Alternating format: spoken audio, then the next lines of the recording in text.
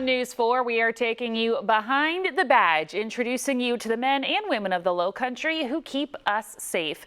Today's officer is new to the Lowcountry, and he had quite the journey to get here.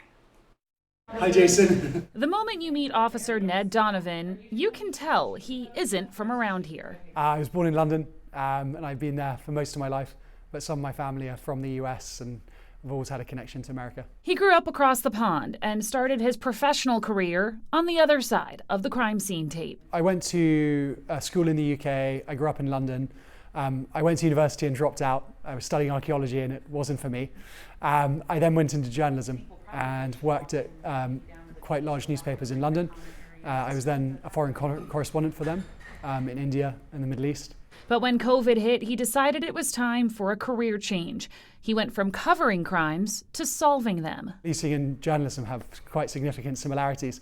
Talking to people who don't want to talk to you, trying to find things out, knocking on doors and going all sorts of places all times of day.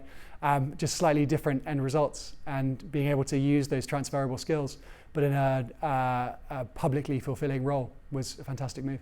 Officer Donovan was a member of the Metropolitan Police in London. He dealt with everything from lost tourists to security for Queen Elizabeth II's funeral procession. The biggest difference is obviously police officers in London do not carry firearms by routine.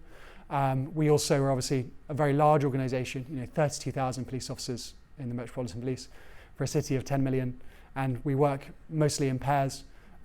Largely community policing. I'm used to crazy tourists. I'm not used to crazy tourists on a beach.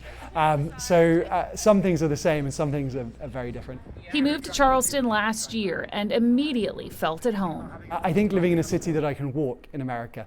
I walk downtown, I walk everywhere, and the buildings are old enough that I can feel slightly at home. One of my current hobbies is to go downtown and just sort of follow alleyways and streets and see where I end up, and it really reminds me of London. Even with his experience overseas, Donovan is eager to learn. I think the biggest challenge is making sure that I come at this as a sort of blank slate.